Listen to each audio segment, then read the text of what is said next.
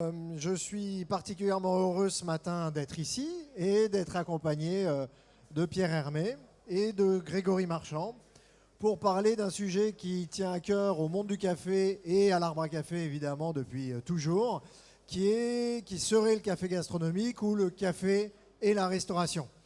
C'est-à-dire quelles sont les spécificités du café dans la restauration et surtout comment est-ce qu'un restaurant peut travailler une offre, présenter le café et faire en sorte que le café ne soit pas un pis-aller de la restauration, mais bien un élément majeur, une ponctuation majeure. Alors pourquoi Pierre Hermé et pourquoi Grégory Marchand aujourd'hui pour parler de café? Eh bien parce que Pierre Hermé, donc meilleur pâtissier du monde, a pris le café en affection, et il le racontera. Et depuis une dizaine d'années, il le travaille. Il a beaucoup travaillé. Il continue à le travailler d'abord, évidemment, en tant que pâtissier. Et il y a 3 ans, la passion, justement, des métiers du barista et du service du café, eh bien, l'ont pris. Et depuis, il développe des cafés Pierre Hermé avec une offre barista, des cafés de spécialité et des techniques, des boissons, des créations, justement, signature. Pierre Hermé. Donc on a là un des acteurs majeurs de la gastronomie française et mondiale qui s'est pris de passion pour le café et en a fait l'un de ses produits fétiches. Grégory Marchand. Donc Grégory Marchand, il a plusieurs restaurants qui s'appellent les Frenchy, Frenchy To Go, Frenchy Gastro, Frenchy Bar à Vin et Frenchy Covent Garden à Londres. Pourquoi il est là? Bien parce que dans ces différents restaurants, il l'expliquera, mais il touche différentes gastronomies. Donc c'est quelqu'un qui excelle en fait à comprendre un segment de la gastronomie et à proposer une offre pour un segment, donc pour le to-go, pour le gastro, etc., etc. Et il fait ça avec une réussite bluffante à chaque fois. Il nous racontera peut-être ses prochains projets. Et il a vécu surtout à l'étranger, il a travaillé à l'étranger. Et donc connu le café, et notamment le café de spécialité, avant nous. Et du coup, il a été un petit peu pionnier dans cette offre. Et c'est l'un de nos premiers clients à l'Arbre à Café, justement. Voilà. Donc, je voulais commencer un petit peu la conférence par une question de chauffe. Quelle est, à tous les deux, Pierre, ton expérience la plus marquante dans le café au restaurant ? Alors, mon expérience la plus marquante, elle est toute simple. Il y a des restaurants où je vais parce qu'on y mange bien, parce qu'il y a une bonne carte des vins et parce qu'il y a un café qui porte bien son nom à la fin du repas. Je cite un exemple, c'est Papillon, qui est un client de Hippolyte aussi, je crois. Et quand je vais chez Papillon, je prends toujours au moins 2 ou 3 cafés parce qu'il est toujours très bon. Il change régulièrement de café. Dans les grands restaurants, ce serait très rare d'avoir une belle expérience café. Ça peut arriver. Je crois que chez Anne-Sophie Pic, on a une belle expérience café. Mais c'est vrai que c'est très très rare. C'est souvent négligé, pas traité. Et ça devient un produit de convenience, comme on dit en anglais. Et moi, je lutte contre ça. J'essaye d'évangéliser mes confrères, mais c'est un travail de longue haleine. Merci. Grégory ? Alors, moi, la première fois où j'ai eu un peu une révélation en buvant du café, c'était lors d'un voyage en Nouvelle-Zélande. On était en 2002. Je pense, donc il y a quasiment 20 ans. Et moi, le café, c'était le petit noir qu'on buvait au comptoir, beaucoup trop torréfié.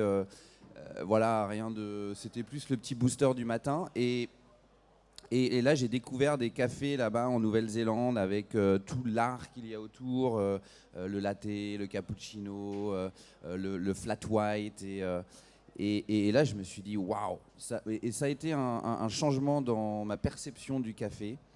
Et là où je rejoins beaucoup Pierre, c'est vrai, aujourd'hui, quand on va dans des grands restaurants, on a les meilleurs produits, on a les meilleures techniques, beaucoup d'énergie dépensée dans l'excellence. Et on arrive à la fin du repas avec une tasse de café à 15 €, dans une tasse qui n'est pas adaptée, avec un café qui est déjà de qualité médiocre, et en plus pas bien travaillé sur une machine pas adaptée. Et c'est quand même dommage de finir comme ça un repas où tout au long du repas on a vécu un moment exceptionnel, et voilà, c'est vraiment dommage. Alors, après, je vais vous raconter quel était le déclencheur pour mon goût pour le café. Un jour, une de mes amies me dit, il faut que je te présente Hippolyte Courty. Et Hippolyte est venu avec une machine et nous a fait goûter des cafés qui étaient bons, mais auxquels je ne comprenais pas tout. Et je lui dis, mais moi, Hippolyte, je fais une tarte au café, je vous en fais livrer une demain. Donc je fais livrer la tarte au café. Hippolyte me rappelle le lendemain pour me dire, oui, merci pour la tarte au café. Je voyais qu'il tournait autour du pot. Je lui dis, est-ce que c'était bon? Il me dit, on peut faire mieux au niveau du goût du café. Et là, du coup, ça m'a titillé, et je me suis dit, ok, on va travailler ensemble, et on va construire ensemble toute une gamme de pâtisseries à base de café. Et pour moi, ça a été un déclencheur. Un autre des déclencheurs, c'est quand on a goûté les macarons au café, dans lequel on colorait la coque du macaron avec de l'essence de café. Hippolyte, il goûte le macaron, il me dit, il y a un truc qui me gêne. Et je dis, non, mais c'est ton café, il n'y a pas rouge. Non, mais il y a un truc qui me gêne. Ah, puis ouais, je dis, mais qu'est-ce qui est? On a tout, on a le moulin à café, on a fait la bonne mouture, on a fait la bonne infusion. Et tout d'un coup, j'ai un déclic, je dis, ah oui, mais c'est l'arôme de café que l'on met pour colorer. Donc du coup, on a viré l'arôme de café pour colorer. Et le macaron, maintenant, il est nickel, net au niveau du goût. Donc le café dans un restaurant, c'est aussi évidemment le café à transformer.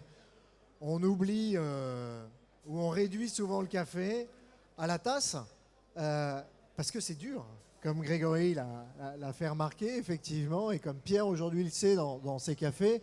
C'est un challenge premier, évidemment, c'est le métier du barista que de transformer le solide en liquide. Mais on peut effectivement utiliser le solide directement en cuisine. Et c'est des facteurs ou des possibilités, des opportunités qui sont peu exploitées. Et quand elles le sont magnifiquement. Grégory, est-ce que tu cuisines toi au café? Oui, nous on cuisine beaucoup au café. Alors je vais laisser la partie sucrée à Pierre. Mais c'est vrai que nous, on l'utilise beaucoup dans des... aujourd'hui, par exemple, sur notre menu, on a des petits agnolotti, donc des pâtes fraîches farcies avec un peu de ricotta et les premiers cèpes de la saison. Avec, justement, on fait une infusion, une huile de café. Et ça marche très bien en ce moment, en plus, avec la saison, avec tout ce qui est sous-bois. Et ça apporte... Il y a une vraie complexité dans le café aujourd'hui en cuisine. Il faut savoir qu'il y a à peu près entre 500 et 800 différents arômes dans le café. Quand on est bon torréfacteur, entre 800 et 1000 même. Entre 800 et 1000. Bon, écoute, donc ça nous permet de faire énormément, par exemple, de marinades. On a eu même je me rappelle, on travaille avec Yves-Marie Le Bourdonnec qui faisait de la maturation de bœuf avec du café, justement. Donc ça développe tous ces arômes, on utilise énormément dans la cuisine salée aujourd'hui. Alors qu'est-ce que tu attends du café? Parce qu'effectivement il y a une possibilité d'accord avec les champignons, hein, c'est l'un des accords majeurs du café. Mais toi, pourquoi est-ce que tu utilises le café en cuisine? Qu'est-ce qui t'apporte? J'imagine que c'est plus la puissance comme avant, le côté fumé, même si toi tu maîtrises beaucoup justement le fumé et puis ce que nous on appelle l'acide acétique avec la cuisine du vinaigre. Ouais, moi je me rappelle, on avait beaucoup parlé à un moment quand on faisait des recherches sur quel café serait j'aimerais utiliser dans mon restaurant, et on avait commencé à goûter tous les cafés naturels. avec ce développement très giboyeux justement. Je ne sais pas si tu te rappelles, mais moi j'avais adoré ça, le giboyeux, l'acidité. Donc voilà, bien sûr tout de suite avec des maturations de viande, ça fonctionnait très bien. Et donc c'est vraiment la route que j'ai prise moi avec le café. C'est des notes très complexes, très torréfiées. Pour moi, je le vois comme un assaisonnement dans ma cuisine parmi tant d'autres, en fin de compte. Et voilà, on est vraiment dans le côté très dark et très fort quand même, et très torréfié. Et voilà, c'est des notes que j'utilise dans ma cuisine aujourd'hui régulièrement. Très bien. Et toi, Pierre, alors quels sont... Alors, il y a un truc, chemin faisant avec Hippolyte, j'ai travaillé sur un fétiche infiniment café, qui est toute une collection de pâtisseries, de gâteaux, de macarons, de glaces au café. Donc vous pourrez goûter quelques exemplaires demain à Omnivore. Et puis, quand j'ai commencé à rentrer dans les préparations, les boissons au café, je me suis aperçu que le métier de barista et le métier de pâtissier sont connectés. Pourquoi connectés? Parce qu'on travaille avec la même précision, avec la même attention aux détails, en tant que pâtissier comme en tant que barista. Et ça, pour moi, ça a été une révélation.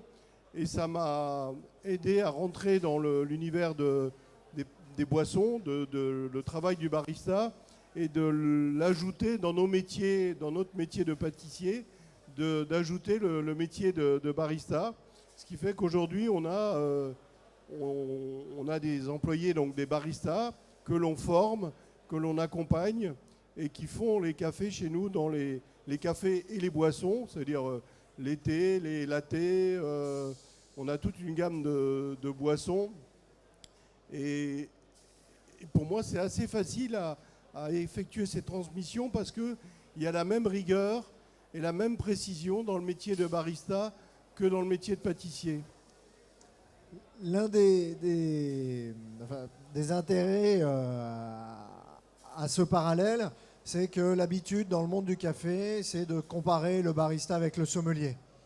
Or, il n'y a absolument rien à voir avec un sommelier. Et Dieu sait si tous les trois on connaît beaucoup la sommellerie. Le sommelier, en fait, ne transforme pas. Le barista est un transformateur. Et comme le pâtissier, comme le cuisinier, mais il y a, en général, on dit qu'il y a un océan de rigueur entre un cuisinier et un pâtissier. Et donc, ce qui est très intéressant chez Pierre, c'est qu'effectivement, on a les pâtissiers et les baristas qui travaillent face à face, de visu, avec cette même rigueur et cette même soin du détail, effectivement, au gramme près, au degré près et à la seconde près. Et quand on parle d'accompagnement, en fait, Hippolyte nous a accompagnés tout au long de ce parcours sur 10 ans, ce qui est pour nous, qui a été précieux et qui m'a permis d'acquérir des connaissances qu'on essaye après de s'approprier et de développer. Mais cet accompagnement a été pour moi extrêmement précieux dans la compréhension du savoir-faire café qui est vaste, où chaque détail est important, le moulin, la machine, tout, la pression, l'eau, la qualité de l'eau, c'est un univers où tout est détail. Et ça, c'est grâce à l'accompagnement et au partenariat qu'on a avec Hippolyte que ça m'a permis de rentrer dans cet univers et de m'approprier ce savoir-faire. Alors, Grégory, c'est quoi justement l'expérience de demain ou d'aujourd'hui du café en restauration, dans un restaurant? Alors, déjà, c'est la première chose, c'est la volonté du restaurateur de vouloir proposer un bon café. Et comme le dit Pierre, c'est quelque chose d'assez compliqué si on n'est pas accompagné parce que, en effet, il y a tellement de composants à la fin pour avoir une extraction parfaite, avec, quand même, il faut savoir, on peut avoir la meilleure machine, le meilleur café, les meilleures tasses. L'erreur humaine, ce sera toujours le variant pour moi le plus important. Et c'est vrai qu'aujourd'hui, le problème dans les restaurants, c'est cette formation justement du barista, qui doit aussi servir les clients, débarrasser les tables et faire plein d'autres choses en même temps. Donc ça va être, moi je dirais, aujourd'hui, c'est la formation, la transmission, c'est un petit peu le nouveau challenge. Parce qu'aujourd'hui, on le voit de plus en plus, même aujourd'hui, dans les petits bistrots, on va voir des super cafés. Donc c'est aujourd'hui quelque chose qui s'est beaucoup démocratisé, le café. On le voit d'ailleurs avec un salon comme celui-ci qui a pris une ampleur incroyable. Mais il reste encore cet accompagnement. Et je pense que des gens comme toi, Hippolyte, tu nous permets d'accompagner. Moi, je te parle de ça. On a commencé à travailler ensemble il y a 10 ans. Ouais. Quand on a ouvert Frenchy to Go avec une volonté de faire du café comme j'avais pu le connaître en Nouvelle-Zélande ou à Londres même. Et je te parle de ça il y a 10 ans, je ne sais pas si tu te rappelles, mais on était un peu des ovnis quand tu as débarqué rue du Nil avec ta boutique. Invité par toi. Et c'était assez incroyable. Aujourd'hui, voilà, il y a une démocratisation du café, ça va continuer. Mais je pense que la formation va être primordiale pour nous. Elle l'est. Aurélien, justement, ton sommelier était à l'Arrois Café pendant le Covid. Quelle est la différence, justement? Est-ce que tu vois, toi, une différence de qualification du personnel de salle entre Londres et Paris, justement, sur le café? Une différence d'appétence, une différence de compréhension du produit, d'amour du produit et de technique?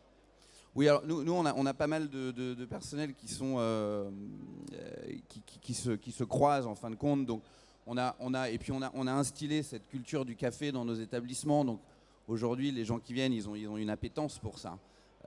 Mais c'est clair qu'à Londres et encore, Paris a rattrapé son retard. Je dirais.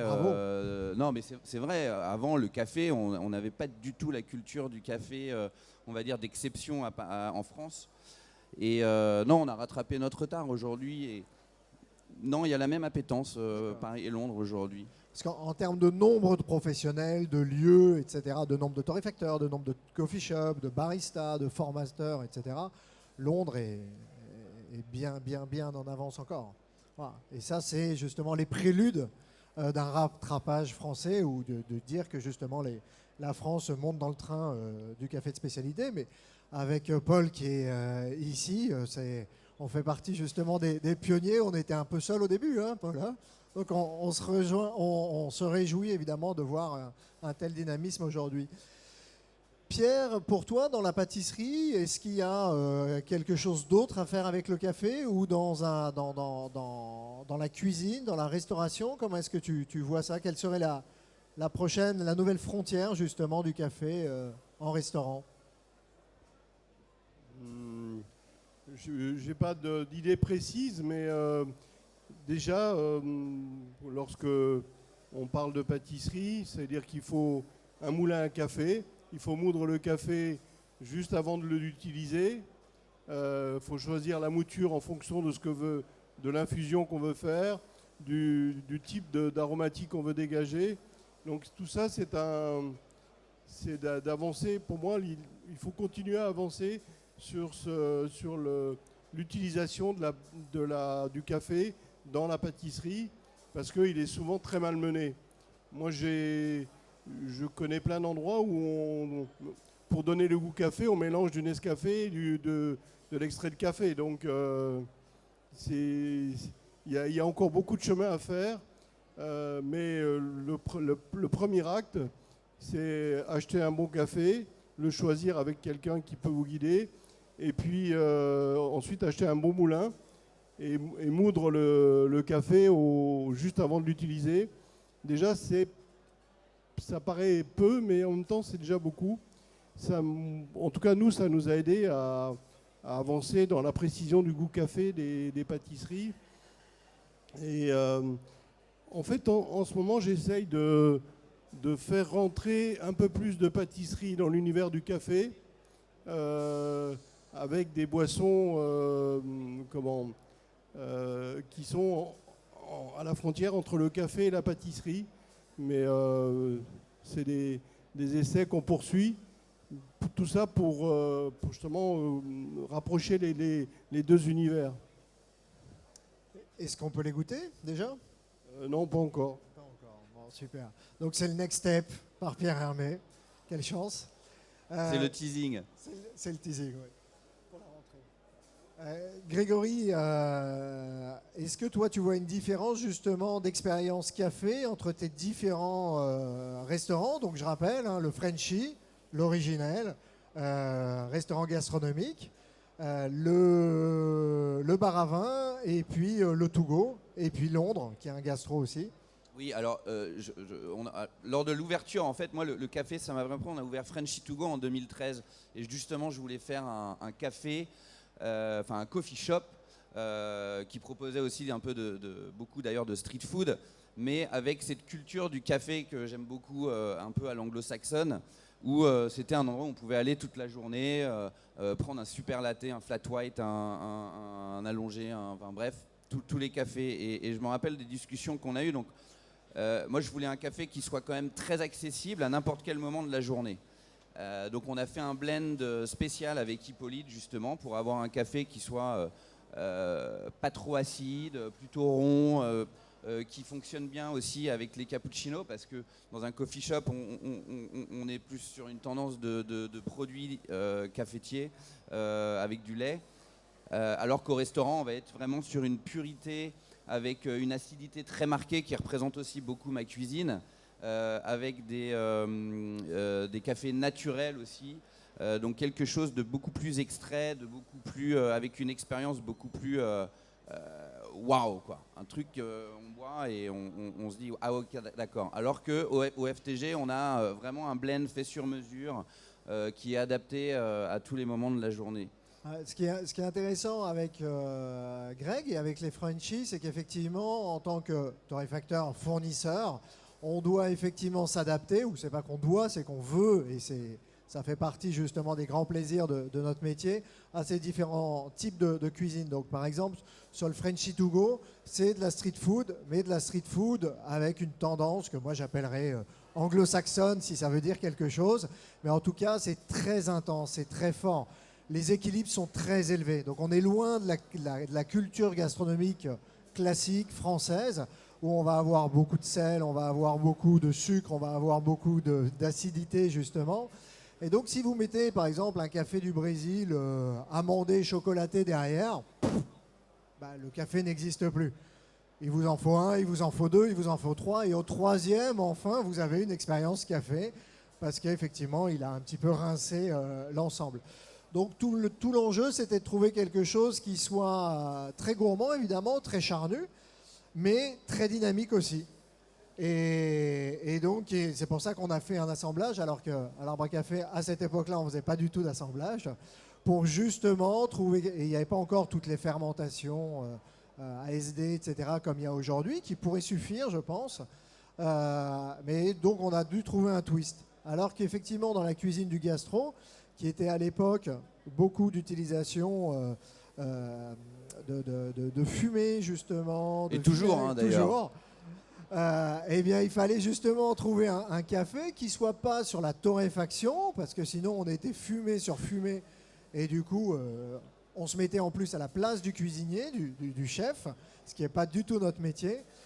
Mais de trouver quelque chose qui allait sur le fermentaire, justement, sur cette complexité de cuisine et pas de dessert, parce que Greg, c'est un cuisinier avant tout.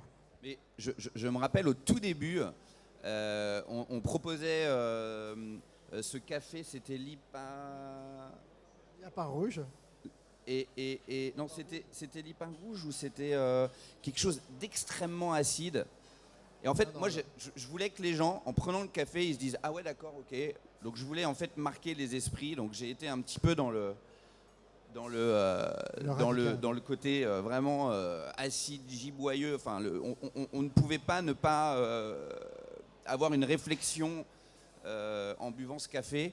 Et c'est vrai qu'au début, il y a 10 ans, alors ça passait ou ça cassait, hein, clairement, mais on a continué à et aujourd'hui on peut voir avec nous en plus on a une grosse clientèle d'étrangers, une grosse clientèle d'anglo-saxons qui justement ont cette culture du café et donc ça passait bien, mais c'est vrai que des fois les gens nous faisaient remarquer ah ouais votre café il est trop acide, il est trop fort, il est trop... Mais j'aimais bien en fin de compte parce que ça voulait dire qu'on faisait quelque chose de différent, ça marquait les esprits. Et après, on avait toute cette pédagogie aussi, parce que c'est bien beau d'offrir un café d'exception, mais si derrière, il n'y a pas la pédagogie pour pouvoir en parler, donc on revient encore une fois à cette formation, pour moi, qui est aujourd'hui primordiale dans le monde du café, l'accompagnement justement au personnel, mais aussi aux clients. Pour pouvoir faire comprendre un petit peu ce qu'est un café en fin de compte. Et voilà, pour moi, c'est la pierre angulaire, c'est la formation et l'accompagnement et la relation qu'on a avec justement notre fournisseur de café, notre torréfacteur, voilà. Et derrière aussi, je pense que c'est aussi important parce qu'on a aussi des valeurs au restaurant sur le sourcing de tous nos produits, sur aussi bien sûr l'impact sociétal et aussi écologique. Et aujourd'hui, c'est vrai qu'Hippolyte, je pense que tu étais en tout cas en France un pionnier justement sur le sourcing du café, l'accompagnement aussi avec tous les producteurs de café, payer le café au prix juste. Et tout ça, c'est des valeurs dans lesquelles on se reconnaît aussi chez Frenchy. Donc aujourd'hui, je vous l'annonce justement, puisque c'est l'Arbre à Café et justement Bicorp. Je sais que c'est quelque chose que tu veux faire. Eu égard à tous ces engagements, effectivement, sur la biodynamie, sur le direct trade, le vrai direct trade, c'est-à-dire de payer directement le producteur et ses engagements. Nous, on est toujours très fiers de nos clients, justement parce qu'il y a une communauté de valeurs et un engagement qu'on retrouve à différentes étapes. Donc, et sans vous, évidemment, on n'est rien, ou on reste à manger le café au lieu de le boire. Merci donc. Tout à l'heure, on parlait Grégory parlait de formation.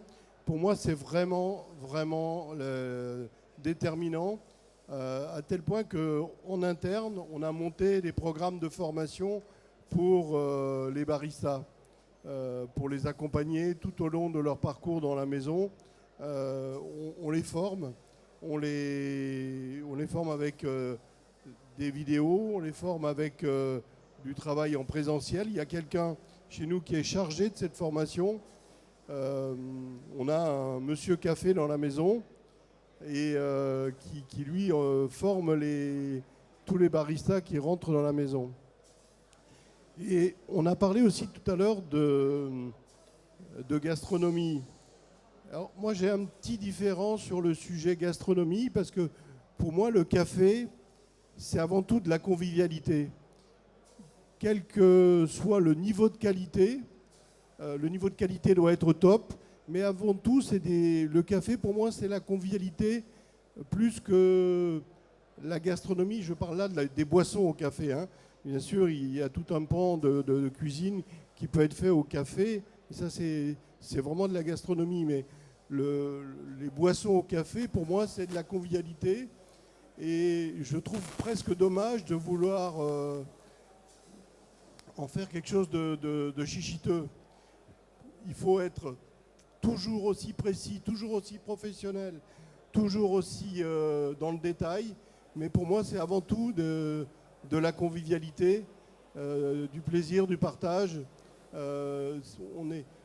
Mais ça n'empêche pas d'être professionnel, de pouvoir expliquer le goût du café, d'être précis dans la manière dont on le travaille.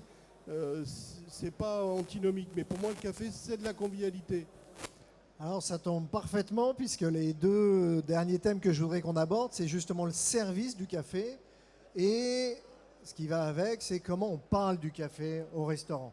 Quels mots on dit, qu'est-ce qu'on communique puisqu'il y a un usage chez les baristas qui ne correspond pas tout à fait à l'usage habituel justement du conseil, du contexte de la gastronomie. Et je voulais savoir un petit peu, eh bien Greg, comment est-ce que tu vois le service idéal du café, ou ce que c'est que pour toi servir le café? Est-ce que c'est mettre avant tout une convivialité, puisque vous êtes des lieux sociaux évidemment, de sociabilité intense, gourmande.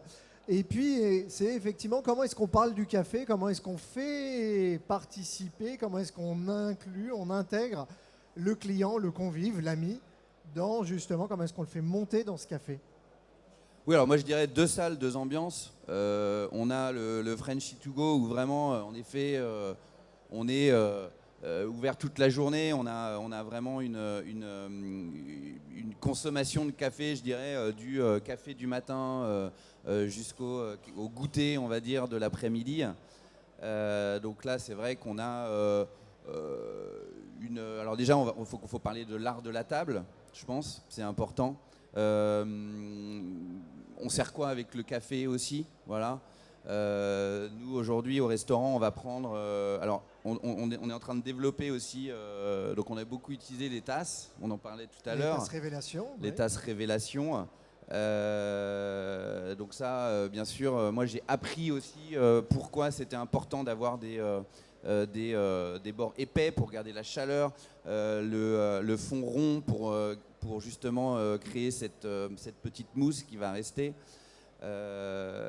Et puis après, on sert le café. Alors on a la chance, nous, aujourd'hui, de travailler aussi avec Plaque. Parce que avec Plaque, un chocolatier, Beans to Bar, qui s'est installé rue du Nil, justement. Je trouve que l'univers du café et de la fève de cacao est quand même assez lié, parce que c'est quelque chose de torréfié.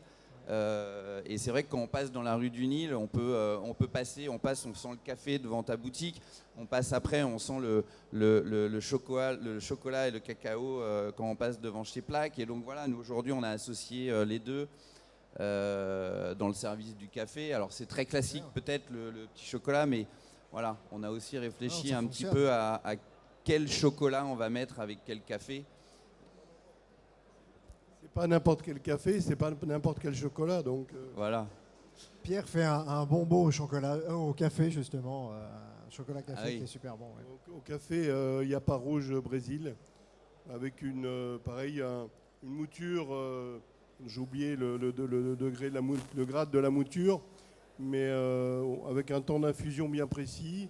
Et j'essaye de faire en sorte que le café prenne pas toute la place, qu'il y ait cet équilibre entre cette allée et venue entre le goût du café et le goût du chocolat, et qu'au final, on reste sur le goût du chocolat. Alors, à propos des tasses et de l'importance des tasses, au village torréfacteur, on a un petit stand et on propose le jeu de tasses, comme on fait toujours en boutique, c'est-à-dire qu'on va prendre le même café, le même espresso, et vous dégustez le même avec les 2 tasses, la tasse lambda de l'arbre à café, et puis la tasse révélation qu'on a créée il y a 6-7 ans, et qui dit autre chose, qui révèle un peu plus les équilibres du café en tout cas. Eh bien, merci beaucoup. Juste une dernière question sur les mots du café, justement. Comment est-ce qu'on parle du café? Je reprends pour la caricaturer dans le monde entier. Quand on va dans un coffee shop, on sert un café, on va dire le nom, la variété, la torréfaction, et puis on va donner les arômes.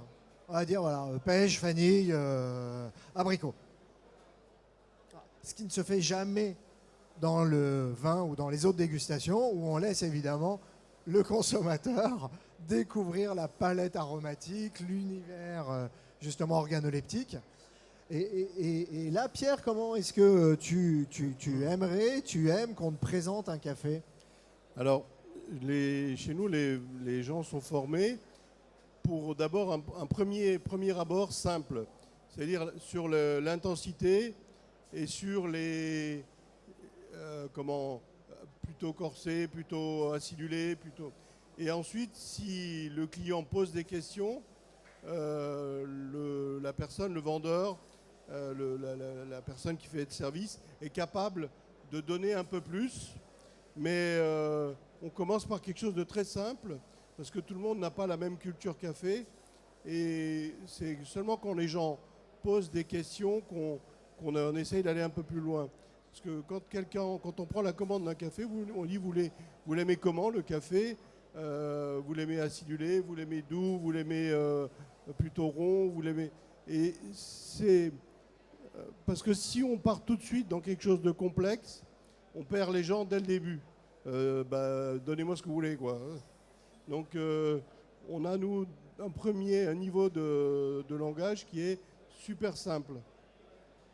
Mais après, les gens sont formés pour aller un peu plus loin. Grégory, qu'est-ce que tu aimes qu'on te dise quand tu prends un café? Moi, j'aime bien savoir l'origine. Et puis après, c'est un peu comme dans le vin, en fin de compte. Si on en dit trop avant, voilà, faut laisser le temps de s'approprier déjà le produit. Et puis après, on se fait sa propre idée. Et c'est vrai, si on a des questions, c'est toujours super agréable d'avoir quelqu'un qui puisse répondre à nos questions plutôt que je sais pas, je vais me renseigner. On les voit prendre le paquet de café, regarder, lire l'étiquette derrière. Voilà, c'est dommage. Donc on en revient quand même toujours un peu à la formation. Hein.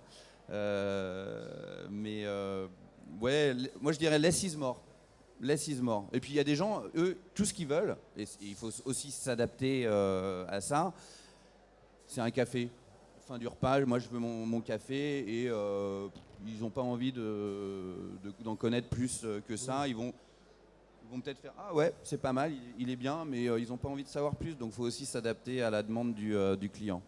L'essentiel est dans la tasse. Oui, exactement. Merci beaucoup Pierre Hermé. Merci Grégory, merci Hippolyte. Merci Grégory. Donc Grégory, Merci. on retrouve à Covent Garden et plus proche rue du Nil, dans la formidable rue du Nil. On l'appelle le parrain de la rue du Nil parce qu'il a invité tous les artisans dont j'ai la chance de faire partie dans cette rue, qui est l'une des plus belles rues comestibles de France. Enfin de Paris, donc de France, donc du monde. Hein, c'est comme ça qu'on dit à Paris, évidemment. Et Pierre, eh bien, on le retrouve un peu partout, surtout à Paris, et puis partout dans le monde, notamment beaucoup au Japon. Hein. Au Japon, où il y a une vraie culture, une vraie connaissance du café. Mais par exemple, quand sur une journée au Japon, sur 100 boissons chaudes, au café, on a 3 expressos. Le reste, c'est plutôt des préparations à base de lait et longues. Auquel on vient. L'espresso, c'est très, très peu. Et Pierre Hermé a eu une très bonne idée de s'installer dans les gares, notamment Gare de Lyon, Gare Montparnasse, et d'y proposer sans doute des cafés merveilleux, avec évidemment des macarons et des gâteaux de voyage, pour le voyage justement. Donc on est très heureux justement que des acteurs du café aussi ambitieux et exigeants puissent diffuser cette bonne parole et les bonnes tasses. Merci à vous tous, très bon salon. On se retrouve, si vous voulez, avec Pierre Hermé demain justement sur la scène Talk du salon voisin et partenaire Omnivore. Merci au collectif Café et à très vite. Au revoir.